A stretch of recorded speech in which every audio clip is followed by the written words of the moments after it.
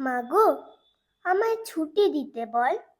সকাল থেকে পড়েছি যে মেলা, এখন আমি তোমার ঘরে বসে করব শুধু পড়া পড়া খেলা।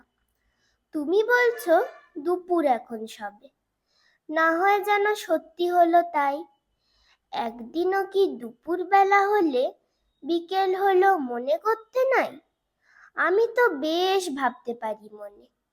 সূর্যি ডুবে গেছে মাঠের শেষে, বাগদি বুড়ি চুপড়ি ভরে নিয়ে শাক তুলেছে পুকুর ধারে এসে। আধার হলো মাদার গাছের তলা, কালি হয়ে এলো দিঘির জল। হাটের থেকে সবাই এলো ফিরে, মাঠের থেকে এলো চাষির দল।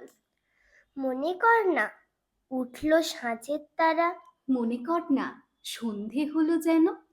রাতের বেলা দুপুর যদি হয়, দুপুর বেলা রাত হবে না কেন?